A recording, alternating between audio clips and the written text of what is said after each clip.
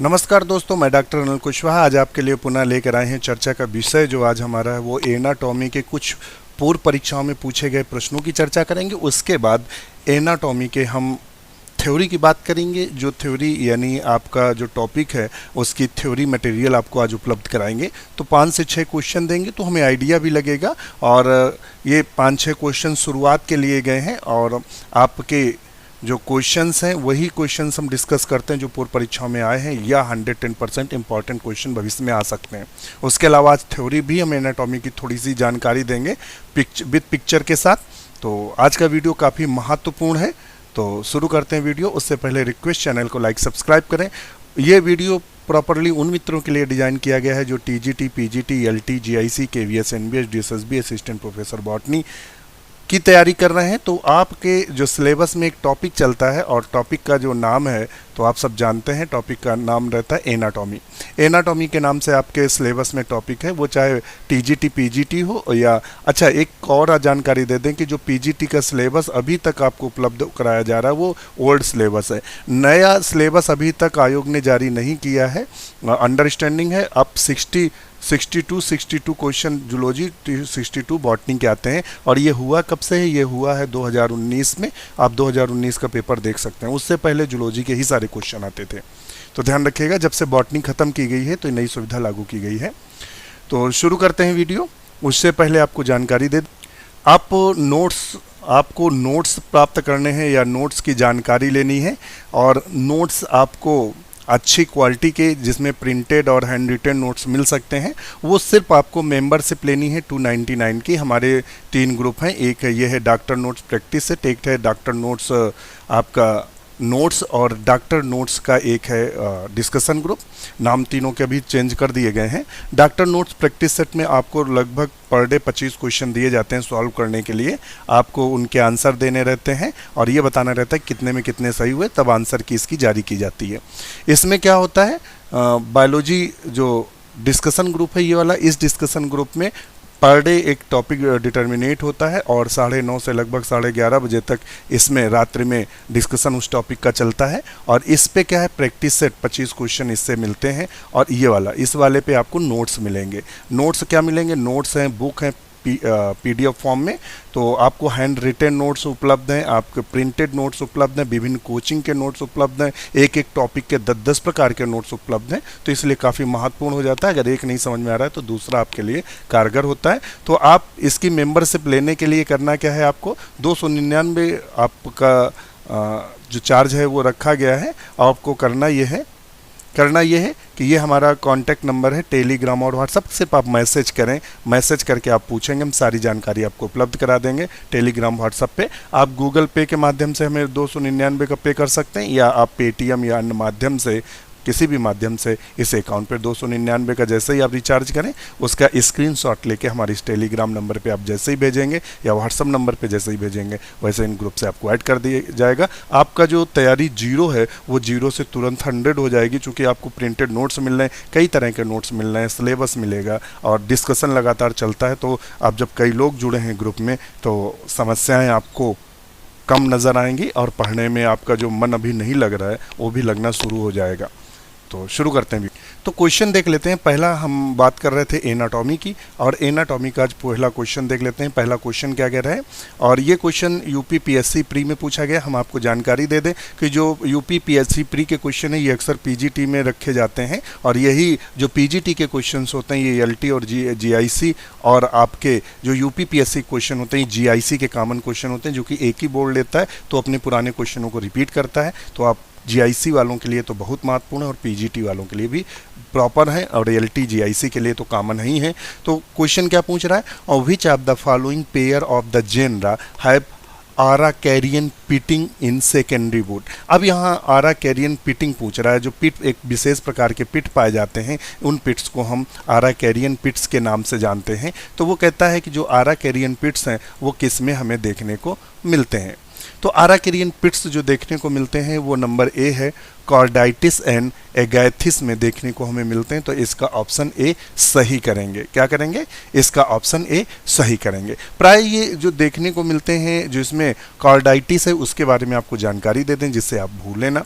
ये आप स्क्रीन पर देख रहे होंगे, ये कॉर्डाइटिस है और ये जीनस एक्सटिंक्ट जिम्नोस्पर्म है, ये एक्सटिंक्ट जिम्नोस्पर्म है जिसमें आरा कैरियन हमें दिखाई देता है पिट्स इसके सेकेंडरी वुड में। नेक्स्ट क्वेश्चन देखते हैं, पेरीडर्म इंक्लूड्स, पेरीडर्म में क्या इंक्लूड्स रहता है, ये आपके यूपी पीसीएस प्री में पूछा गया है और ये टीजीटी बायोलॉजी 2004 में देखिए 10 में पूछा गया है और ये 2004 में पूछा गया है। तो 2004 और 10 में ये क्वेश्चन बना हुआ है। तो इसमें क्या पूछा गया था कि पेरीडर्म इंक्लूड यानी पेरीडर्म में क्या क्या पाया जाता है। तो पेरीडर्म 3 परतों का बना होता है मुख्यतः, या 3 परतें भाग लेती हैं इसके निर्माण में। वो 3 परतें कौन कौन सी होती हैं तो ध्यान रखिएगा, एक भाग लेती है कॉर्क, एक लेती है कॉर्क कैम्बियम, एक लेती है सेकेंडरी कॉर्टेक्स। तो ऑप्शन इसका सी सही रहेगा। इसके अलावा इसकी और आपको जानकारी अपडेट करा दें, अगर पेन कॉपी लेके बैठे हूँ तो लिख लीजिएगा। कॉर्क का दूसरा नाम पूछता है टीजीटी पीजीटी में कई बार पूछा गया, तो फिल्लम बोलते हैं। क्या बोलते हैं? फिल्लम। फिल्लम किसको कहते हैं? तो कार्क को फिल्लम कहते हैं। कॉर्क कैम्बियम को क्या कहते हैं? तो कार्क कैम्बियम को फिल्लोजेन कहते हैं। क्या कहते हैं? फिल्लोजेन कहते हैं। और सेकेंडरी कॉर्टेक्स को क्या कहते हैं? तो इसको फिल्लोडर्म कहते हैं। क्या बोलते हैं? फिल्लोडर्म। ये टीजीटी और पीजीटी में कॉमन क्वेश्चन ये रखता है, कभी कभी तो कॉर्क कैम्बियम और सेकेंडरी कॉर्टेक्स दे देता है, कभी कभी ये पूछ देता है कि पेरीडर्म बना होता है तो किसका बना होता है। वहाँ ऑप्शन आपको दिया रहेगा फिल्लम, फिल्लोजेन और फिल्लोडर्म। फिल्लम, फिल्लोजेन और फिल्लोडर्म, ध्यान रखिएगा। तो कॉर्क को क्या बोलते हैं? फिर से सुन लीजिए, फिल्लम। और कॉर्क कैम्बियम को क्या बोलते हैं? तो फिल्लोजेन। और सेकेंडरी कॉर्टेक्स को क्या बोलते हैं? तो फिल्लोडर्म। तो यहाँ आपके शब्दों का हेरफेर कर सकता है। और चूंकि ये क्वेश्चन टीजीटी पीजीटी में कई बार पूछा गया है कि फिल्लम, फिल्लोजेन और मतलब फिल्लोडर्म से क्या बनता है? तो पेरीडर्म बनता है। ध्यान रखिएगा, ये क्वेश्चन तो यहाँ आपको दिखाई दे रहा है, इसका जस्ट अपोजिट रूप आपको देखने को मिल सकता है। नेक्स्ट क्वेश्चन देख लेते हैं। विच of the following statement is correct for the tracheids. Tracheids क्या होते हैं? तो ट्रैकिड्स किस में पाए जाते हैं? तो ये भी जान लेते हैं। ट्रैकिड्स प्रायः जाइलम में पाए जाते हैं। किस में पाए जाते हैं? जाइलम में ट्रैकिड्स पाए जाते हैं।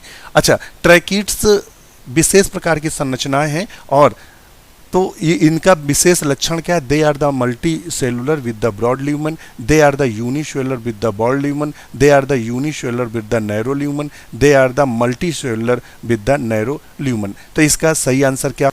तो यहाँ आंसर क्या होगा? तो इन्होंने चूंकि करेक्ट द ट्रैकिड्स के बारे में किया है, तो यहाँ तो एक तो सबसे बड़ी समस्या ये वाली है, यहाँ ये ऑप्शन बिल्कुल सही नहीं है। एक्चुअली में ट्रैकिड्स में न्यूक्लियस एब्सेंट होता है या ट्रैकिड्स में न्यूक्लियस नहीं पाया जाता है, जैसा कि अभी हमने इसको चेक भी किया है। तो न्यूक्लियस उसमें एब्सेंट बता रहा है।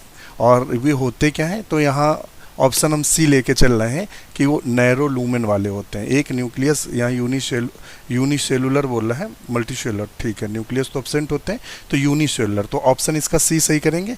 अच्छा, मैं थोड़ा सा कंफ्यूज था, मैं न्यूक्लियस समझ रहा था, सेलुलर है तो ऑप्शन इसका सी सही है।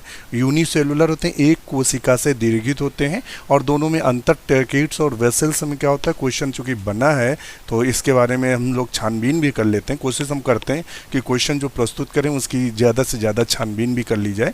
तो इसकी डिटेल भी देख लेते हैं।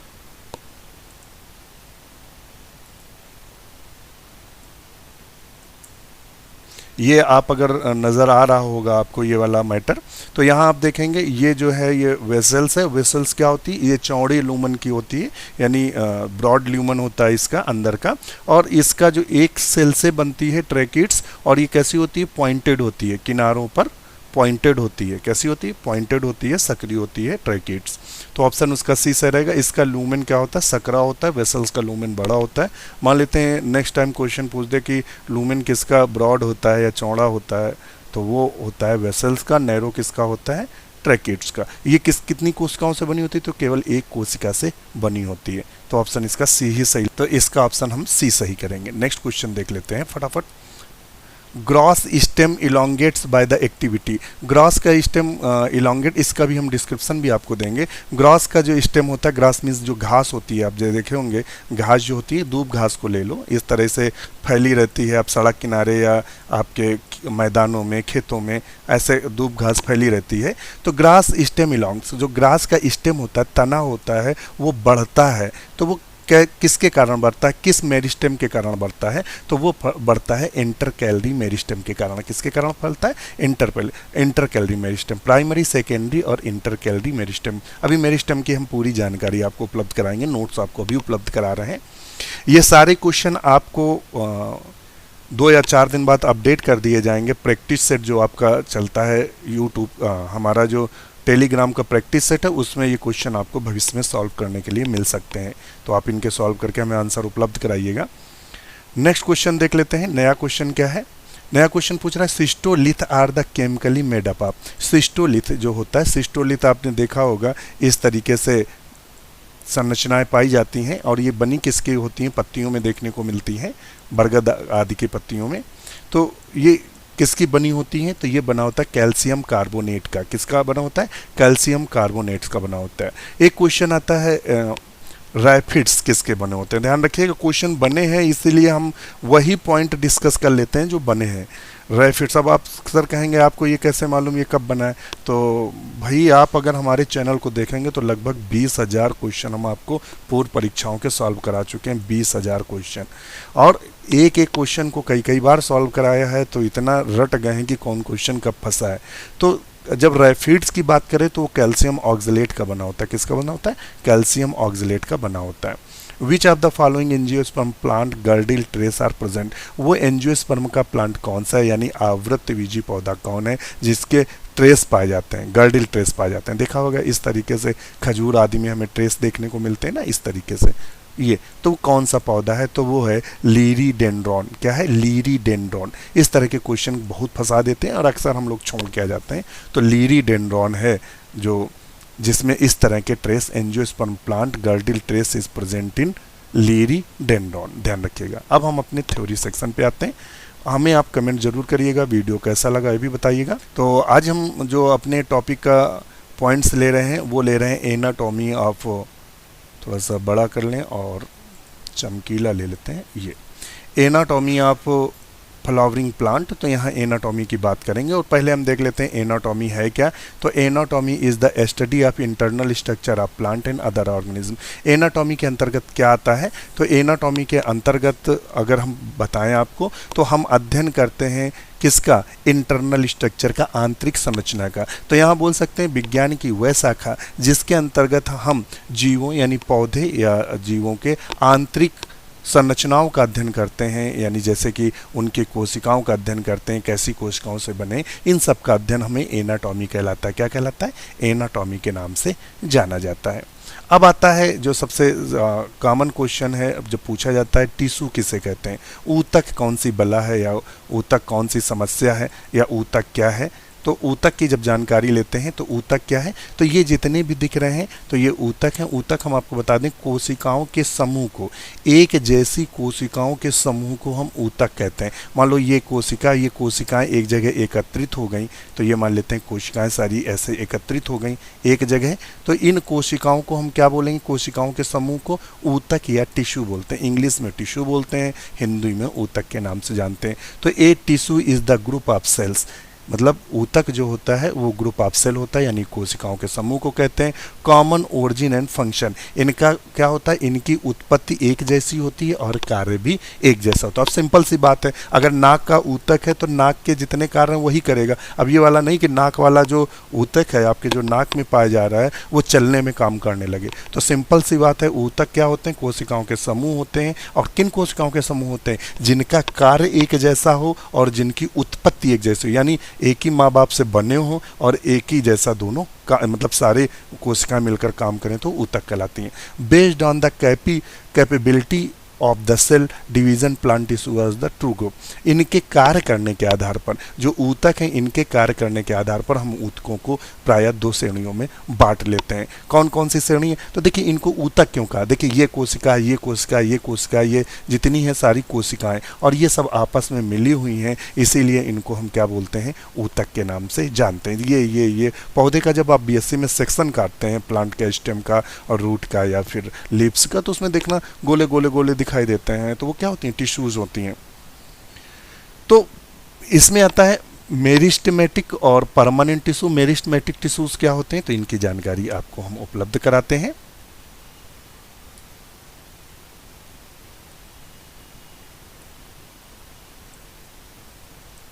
मेरिस्टेमेटिक टिश्यूज़ क्या होते हैं? द टिश्यूज़ की बात करते हैं। मेरिस्टेमेटिक अगर टिश्यूज़ की बात करें हम, तो मेरिस्टेमेटिक टिश्यू जो होते हैं वो क्या होते हैं? तो हम आपको जानकारी दे दें कि मेरिस्टेमेटिक टिश्यू को हम हिंदी में विभाज्योतक बोलते हैं। क्या बोलते हैं? विभाज्योतक बोलते हैं।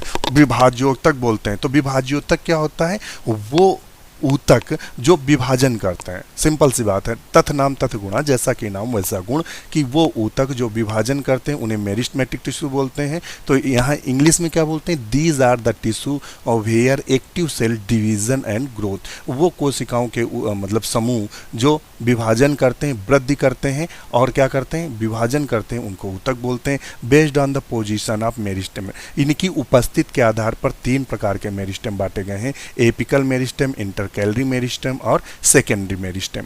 3 प्रकार के मेरिस्टेम है। तो एपिकल मेरिस्टेम क्या है? तो ये पौधे का आप चित्र देख रहे हैं, ये प्लांट का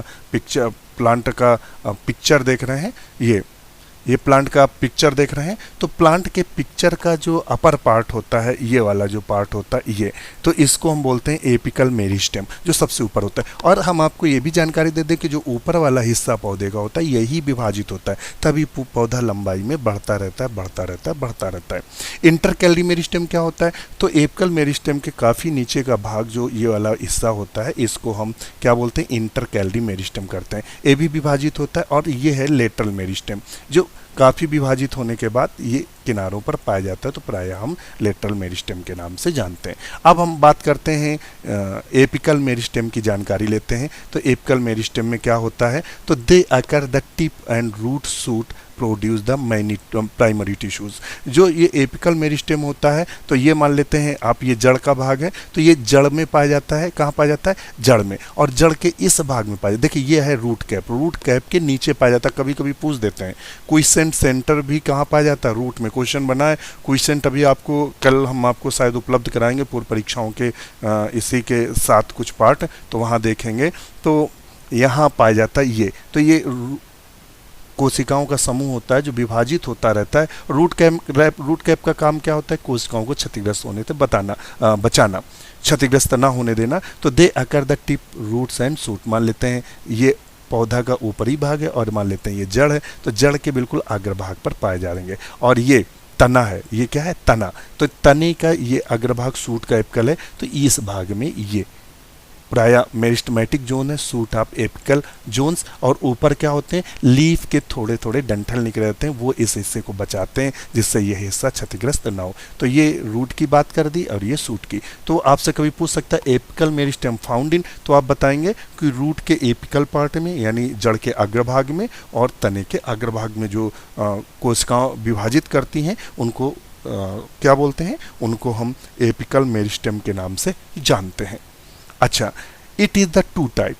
कितने प्रकार के होते हैं एपिकल? तो सिंपल सी बात है, उसने दिया है रूट एपिकल मेरिस्टेम, यानी जो रूट के आगे पाया जाए, सूट एपिकल मेरिस्टेम जो सूट के आगे पाया जाए। तो हमें लगता है कंफ्यूजन आपका दूर हो गया होगा। अब आते हैं आगे पार्ट की बात करते हैं। आगे पार्ट में कह रहा है मेरिस्टेमेटिक टिश्यू की बात कर रहे हैं। इसमें से अभी एपिकल मेरिस्टेम की बात कर रहा है, और it occur in the tip of the root. तो भी हम जानकारी आपको दे चुके हैं कि इस हिस्से में पाया जाता है, और ये सेक्शन काटा गया है जड़ का और सूक्ष्मदर्शी में लगाकर देखा गया, तो यहाँ दिखाई देता है, ध्यान रखिएगा। नेक्स्ट क्वेश्चन देख लेते हैं। अब आता है एपिकल मेरिस्टेम के बारे में, और उसने जानकारी कुछ दी है, वो भी हम देख लेते हैं क्या जानकारी दी है। It occur in the distinct most region of the stem axis. Some cells left behind from the shoot apical meristem constitute the axillary, but they are the present in the axil of the leaf and can form a branch or a flower. Next देख लेते हैं। अब आता है, बात करता है intercalary meristem की। इंटरकैलरी मेरिस्टेम की बात कहाँ शुरू करते हैं? तो इंटरकैलरी मेरिस्टेम की बात जब सेकेंड नंबर का है, तो यहाँ क्या होता है? तो आप अगर यहाँ नज़र डालेंगे तो ये एपिकल मेरिस्टेम है। एपिकल मेरिस्टेम के नीचे कौन सा मेरिस्टेम पाया जा रहा है? तो ये इंटरकैलरी मेरिस्टेम पाया जा रहा है। दे अकर बिटवीन मैच्योर टिश्यू, ये कहाँ पाया जाता है? जो मैच्योर यानी परिपक्व ऊतक हो चुके होते हैं उनके बीच में पाया जाता है। कहाँ पाया जाता है? परिपक्व ऊतक के बीच में पाया जा रहा है। दे अकर इन ग्रासेस, प्रायः कहाँ पाया जाता है? घास में। अभी हमने आपसे क्वेश्चन बना था, जो भी हमने बताया था कि ग्रासेस में जो वृद्धि होती है वो किसके कारण होती है, तो अभी हमने आपको जवाब भी दिया था कि इंटरकैलरी मेरिस्टेम के कारण वृद्धि होती है। तो ध्यान रखिएगा। तो ये क्या पाया जाता है? ये परमानेंट टिश्यूज के बीच में पाया जाता है। क्वेश्चन बनेगा परमानेंट टिश्यू के बीच में कौन ऊतक पाए जाते हैं? विभाज्य ऊतक। तो इंटरकैलरी मेरिस्टेम पाए जाते हैं। Regenerate part remove the grazing herbivores, जो हार्बीवोरस के माध्यम से, जो हार्बीवोरस होते हैं यानी घास चढ़ने वाले जो जंतु होते हैं जो खा जाते हैं घास को, तो उनके डंठल पुनः वृद्धि कर जाते हैं। तो उनके जो डंठल पुनः वृद्धि करते हैं वो किसके कारण होते हैं? तो इंटरकैलरी मेरिस्टेम के कारण होते हैं। ये उसने चित्र भी दिखाया हुआ है कि ये नोड है, यानी जैसे घास है, घास में गांठ होती है ना, तो ये नोड है, ये इंटर नोड है, और गांठ के थोड़ा ऊपर वाला जो भाग होता है इंटरकैलरी मेरिस्टेम होता है, यही विभाजित होता है जिससे ये गांठ बढ़ती है। इसने दिखाया हुआ है ये क्या है? इंटर नोड है। ये जो रेड रेड हल्का सा दिखाया हुआ है यही इंटरकैलरी भाग है जो वृद्धि करके पौधों को बढ़ने में मदद करता है। अब इंटरकैलरी मेरिस्टेम का और हम जानकारी ले लेते हैं। अभी तो आप सारी जानकारी ले ही चुके हैं। तो यहाँ अगर हम देखेंगे पौधे का इन्होंने सेक्शन काटा है इस हिस्से का, तो देखेंगे कि ये मध्य वाला जो भाग है वो जाइलम फ्लोएम से संबंधित है। जो किनारे का भाग है, कौन सा भाग दिखा रहा है? तो ये जो किनारे वाला भाग है ये मेरिस्टेम के अंतर्गत आता है, इंटरकैलरी मेरिस्टेम के अंतर्गत आता है। अब अच्छा बात करेंगे यहाँ इंटरकैलरी मेरिस्टेम की। तो एपिकल और इंटरकैलरी जो मेरिस्टेम होते हैं ये प्रायः प्राइमरी मेरिस्टेम के अंतर्गत आते हैं, ध्यान रखिएगा। और ये क्या करते हैं? विशेष रीजन को बनाते हैं, जैसे कि dermal tissue, ground tissue, vascular tissues को बनाते हैं। अब आता है सेकेंडरी या लेटरल मेरिस्टेम।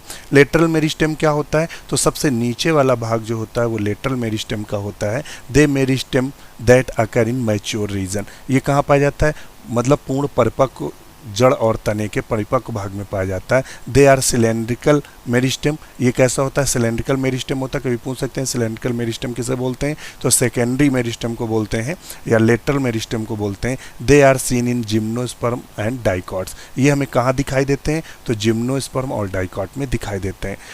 और इनके उदाहरण क्या है? फैसिकुलर वेस्कुलर कैम्बियम, इंटरफैसिकुलर कैम्बियम या कॉर कैम्बियम में भी दिखाई देते हैं। ध्यान रखिएगा, जब परमानेंट टिश्यूज हो यानी ऐसे ऊतक जिनमें विभाजन ना हो और किन्हीं कारणों उनमें विभाजन शुरू हो जाए तो वो ऊतक क्या कहलाने लगेंगे? तो वो सेकेंडरी मेरिस्टेम कहलाते हैं।